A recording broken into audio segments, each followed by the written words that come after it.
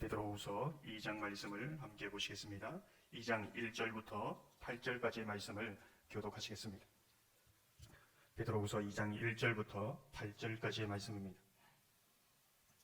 그러나 백성 가운데 또한 거짓 선지자들이 일어났었나니 이와 같이 너희 중에도 거짓 선생들이 있으리라.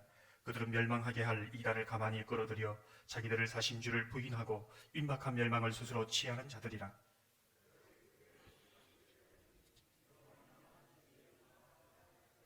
그들이 탐심으로써 지어낸 말을 가지고 너희로 이득을 삼으니 그들의 심판은 옛적부터 지체하지 아니하며 그들의 멸망은 잠들지 아니하느니라.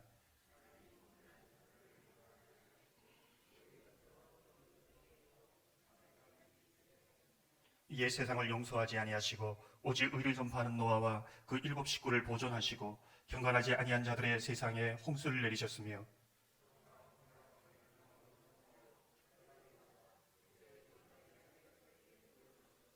무법한 자들의 음란한 행실로 말미암아 고통당하는 의로운 옷을 건지셨으니 이는 이 의인이 그들 중에 거하여 날마다 저 불법한 행실을 보고 들으므로 그 의로운 심령이 상함이라. 아멘. 오늘 특별 새벽 기도의 넷째 날입니다. 하나님은 우리를 긍휼히 여기시는 하나님입니다. 때를 따라 우리에게 어떤 도움이 필요한지 아시고 도우시는 분입니다. 도우시려고 준비하시는 분입니다. 특별 기도에 나오신 모든 분들 속에 이때에 이러한 도움이 필요한데 그러한 도움을 하나님께서 여러분 각자에게 주시는 은혜가 있기를 소망합니다. 우리를 영혼을 깨워 기도하게 하신 하나님, 기도의 제목을 주셔서 주님을 바라보게 하신 하나님께서 저와 여러분 가운데 다 기도에 응답 주시기를 주님의 이름으로 축원합니다. 태초의 에덴 동산을 보면서 우리는 한 가지 의문을 가지게 됩니다. 하나님이 창조하셨고 하나님의 깊은 교제 가운데 있었던 아담과 하와, 가장 완벽하고 가장 이상적인 가장 좋은 장소에 있었던 아담과 하와, 하지만 사탄의 그 한마디, 사탄이 던진 그 한마디에 이렇게 모든 것이 바뀔 수 있는가? 자신을 창조하시고 늘 깊은 교제 가운데 있었고 가장 아름다운 동산에 있었던 그들이 한순간에 하나님을 이렇게 왜곡하면서 삐뚤어지게 볼 수 있는가? 그 사탄의 한 질문이, 여러분은 어떻게 생각하십니까? 이렇게 사람이 그것도 완벽한 에덴 동산 안에서 그럴 수 있습니까? 우리는 이 사건을 놓치지 말아야 할 것이 있습니다. 사탄이 얼마나 강교한가, 그것을 보아야 할까요? 인간이 이렇게 얼마나 연약한가, 그것을 보아야 할까요? 이 모든 것도 중요하지만 어떻게 이 사탄을 물리쳐야 하고 물리치고 있는가를 우리는 주목해서 보아야 합니다. 아담과 하와가 말씀으로 방어를 해야 하는데, 걸러내야 하는데, 분별해야 하는데 말씀의 검이 작동하지 않습니다. 그래서 넘어집니다. 그래서 시험에 드는 것이지요. 우리 얼마나 사탄의 시험이 왜 있느냐, 왜 이렇게 강력하냐, 난 이렇게 왜 무력하냐, 그렇게 말할 수 있습니다. 하지만 옛적에도 그렇고 지금도 그렇습니다. 이 싸움은 계속될 것이지만 하나님은 우리에게 강력한 무기를 주셨습니다. 진리를 주셨습니다. 그 진리의 말씀을 가지고 어떻게 방어하고 공격해서 우리를 이기게 하시는 분이라는 것을 믿음으로 바라보시기를 소망합니다. 하나님의 말씀은 어두운 데를 비추는 등불이요 밤이 끝나고 아침이 온다는 것을 알리는 새별입니다. 우리가 말씀 안에 있을 때에 비칩니다. 승리합니다. 어둠이 물러갑니다.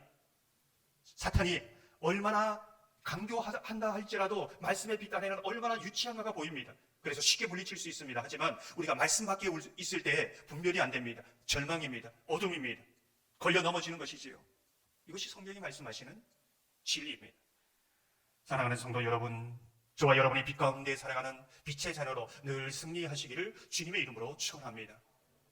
오늘 본문을 보면 우리의 마지막 때 싸움은 진리와 거짓의 싸움이다, 이 부분을 말해주고 있습니다. 진리 안에서 어떻게 거짓을 잘 분별하고 나가야 하는가, 이것이 우리가 세상에서 첫 번째 만나는 성경으로서의 삶이라는 것을 말해주고 있는 것이지요. 그 삶이 어떤 것인가?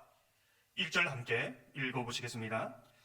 그러나 백성 가운데 또한 거짓 선지자들이 일어났었나니 이와 같이 너희 중에도 거짓 선생들이 있으리라. 그들은 멸망하게 할 이단을 가만히 끌어들여 자기들 사신 줄을 부인하고 임박한 멸망을 스스로 취하는 자들이라. 이 구절을 보면 거짓 선지자들이 일어났었고 지금도 일어나고 있다는 것입니다. 이 거짓 선지자들의 특징이 무엇인가? 너희 중에 있다. 세상 밖에 있는 것이 아니라 너희 중에 있다. 우리 중에 있다는 것입니다. 얼마나 가까이에 있는지, 얼마나 우리와 밀착되어 있는지, 이것이 거짓인지 진리인지 분간이 되지 않을 정도로 가까이에 있다는 것을 말해주고 있는 것이지요. 근데 그 거짓 선지자의 대표적인 인물로 발람을 이야기하고 있습니다. 이 거짓 선지자의 특징이 무엇인가? 발람입니다. 15절 16절 보면 이렇게 말씀합니다. 그들이 바른 길을 떠나 미혹되어 부올의 아들 발람의 길을 따르는도다. 그는 불의의 삭을 사랑하다가 자기의 불법으로 말미암아 책망을 받되 말하지 못하는 나귀가 사람의 손으로 말하여 이 선지자의 미친 행동을 저지하였느니라.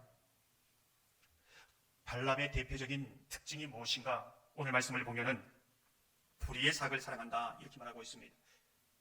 우리 가운데 있고 그리고 이 거짓 선지자의 가르침이 있다는 것입니다. 무슨 뜻일까요? 여러분 어떻게 생각하십니까? 예수 믿고 복을 받으면 물질적인 축복을 많이 받아서 부자 된다.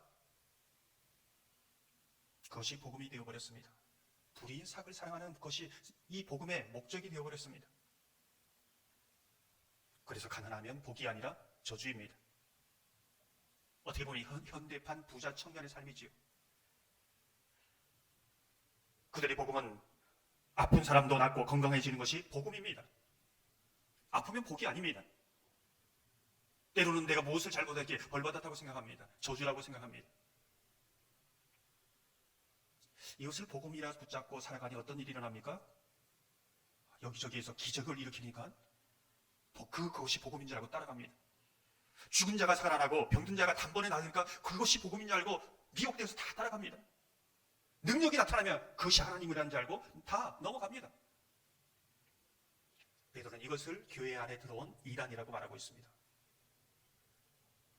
그렇다면 복음이라는 것은 무엇일까? 우리가 미혹되지 않고 진리 안에 서야 되는 이 복음은 무엇인가? 어떤 상황 속에서도 예수님이 나와 함께 하시고 내가 예수님께 붙어 있는 것이 복이다 라는 것을 말해주고 있습니다. 가난해도 복입니다. 더 주님을 바라볼 수 있다면 복입니다. 가난해서 예수가 없고 세상 탓하면 그것은 복이 아니지요. 부자여도 복입니다. 내가 더 부풀고 하나님 주신 사명을 그 나라와 그 의를 위하여 살아간다면 그것이 복입니다. 우리에게 복음은 어떤 조건이 아니라 상황이 아니라 예수님이 함께 계시고 예수님 때문에 살아간다면 그 모든 상황은 복입니다. 이게 아쉬리의 복입니다. 그 교회가 커서 좋은 교회고 작아서 좋지 않은 교회가 아닙니다. 정말 거기에 예수 그리스도를 믿는 정말 바로 믿는 사람들이 있느냐 이것이 기준입니다. 병들어도 복입니다. 그 고난 속에 주님을 더 집중할 수 있기 때문이지요. 무엇 때문에 복이 아니라 예수 때문에 복이라고 고백하는 것. 이 진리 안에 설 때에 마지막 때 분별할 수 있다는 것입니다. 아니면 상황과 조건에 따라 이리저리 미혹되어서 다 넘어간다는 것이지요. 사랑하는 성도 여러분, 진리 안에서 잘 분별하시기를 주님의 이름으로 축원합니다.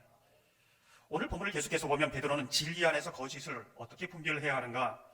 6절, 7절 말씀을 함께 읽어보겠습니다.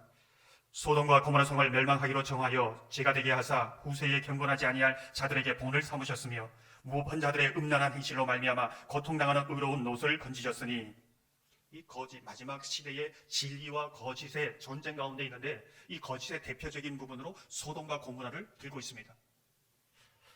5절에는 노아의 홍수 사건을 들고 있지요. 무엇을 말씀하고 있는가? 1분 9절을 보면 무법한 자들의 음란한 행실로 말미암아 이렇게 말씀하고 있습니다. 무엇을 말합니까? 소돔과 고모라 성에 있었던 사건을 우리는 보아야 합니다. 놋의 집을 몰려들어서 다 둘러싼 사람들, 남녀노소, 놋의 딸이 아니라 천사들, 남자들을 내어놓으라고 합니다. 자신의 정욕을 채우겠다고 문을 부수고 있습니다. 그들이 12절 말씀을 보면 이성 없는 짐승과 같아 이렇게 말씀하고 있는 것이지요. 사실 요즘 보면은 동성애가 마치 소수 약자에 대한 인권 보호라는 것처럼 포장합니다. 마치 선진국의 문화의 흐름이라고 말합니다. 많은 사람들이, 특별히 믿는 사람도 다 그렇게 봅니다. 어쩌면 소돔과 고모라 시대의 그 발달된 시대 수많은 지식층들이 그렇게 말하는 것을 자랑스럽게 여깁니다. 어쩌면 믿는 사람들도 부러워했을지도 모릅니다. 요즘은 많은 사람들이 말하기에, 인기 있는 사람들이 말하기에, 성공한 사람들이 말하기에 그 이론과 철학도 진리처럼 생각하는 시대가 되어버렸습니다. 진리와 거짓을 잘 분별하라는 것입니다. 이게 마지막 때 거짓과 진리의 전쟁입니다. 사실 그것으로 인하여 오늘 말씀을 보면 노시 마음이 상하고 고통을 당했다, 핍박을 당했다 이렇게 말씀하고 있는 것이지요. 제가 동성애자들을 정죄하는 것이 아닙니다. 그 사람을 긍휼히 여기고 회개하고 돌아오면 품어 주어야지요. 그러나 진리 안에서 분별해야 합니다. 이 시대에 하나님의 말씀을 선포하면 천국, 지옥, 심판을 말하면 노아 시대처럼 소돔과 고모라 시대처럼 농담처럼 여깁니다. 구태의연한 그러한 사람처럼 생각합니다. 우리 시대가 그렇습니다. 그걸로 왜 우리를 협박하냐? 그런 옛날 그 종교처럼 그렇게 하지 말아요. 이 시대는 그런 시대가 아니다. 소돔과 고모라 시대가, 노아 시대가 그랬다는 것입니다.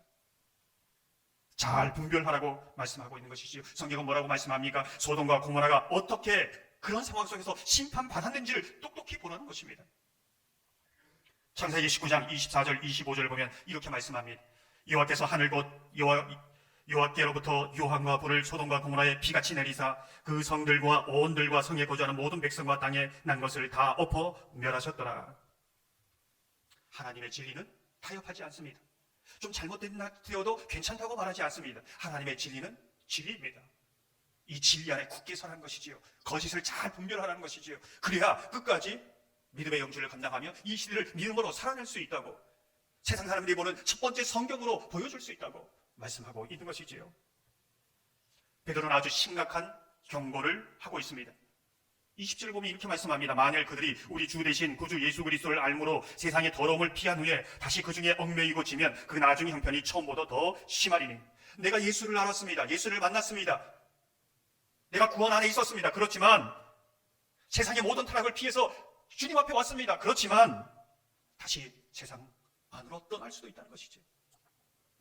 세상 쾌락에 한번 빠졌다가 완전히 얽매이고 14절에 보면 탐욕에 연단된 마음처럼 완전히 거기에 지면 예수 믿기 이전보다 더 심각한 상태에 이를 수 있다는 것이며 그럴 가능성을 두고 있는 것이지요. 그래서 깨어 있어야 합니다. 말씀 안에 있어야 된다는 것이지요. 세상에 익숙하지 않도록, 세상에 쾌락에 임박히지 않도록 진리 안에 서 있어라. 이게 진리와 거짓의 전쟁이다. 사랑하는 성도 여러분, 진리를 거짓이라고, 거짓을 진리라고 말하는 시대에 진리 안에서 거짓을 잘 분별하시기를 소망합니다. 진리 안에서 거짓과 유혹을 잘 물리치고 어두운 세상 한가운데 세상 사람들이 만나는 그러한 성경으로 나타나기를 주님의 이름으로 축원합니다. 함께 기도합니다. 하나님, 진리 안에 있게 하여 주시옵소서. 에덴 동산의 아담과 하와처럼 우리는 쉽게 무너지는 자입니다. 사탄이 얼마나 간교한지 압니다. 그러나 진리 안에서, 빛 안에서 어둠을 물리치고 거짓을 분별할 수 있는 능력을 주옵소서. 이 시대는 진리와 거짓이 분별되지 않는 시대 가운데 있습니다. 주님, 은혜 주옵소서. 말씀 안에 있게 하여 주옵소서. 늘 승리하는 자가 되게 하여 주옵소서. 혹여나 우리가 아버지의 말씀 밖에 나갔다면 우리를 깨닫게 하사 바로 말씀 안에, 주님 안에 포도나무에 가지가 붙어있는 것처럼 붙어있는 하나님의 사람들 다 되게 하여 주시옵소서. 특별 새벽 기도 가운데 말씀을 통해 은혜 충만, 성령 충만, 능력 충만 받기를 기도하고 있습니다. 예물 드리며 아버지 하나님의 건강의 회복을 위하여, 자녀들의 믿음이 이 가운데 승리하기를 위하여 주님 앞에 기도하는 기도의 제목이 있습니다. 주님 응답하여 주옵소서. 주님 응답하여 주옵소서. 하나님께서 그 가정에 도움이 되시고 위로가 되어 주시옵소서. 감사하오며 우리 주 예수님 이름으로 간절히 기도하옵나이다. 아멘.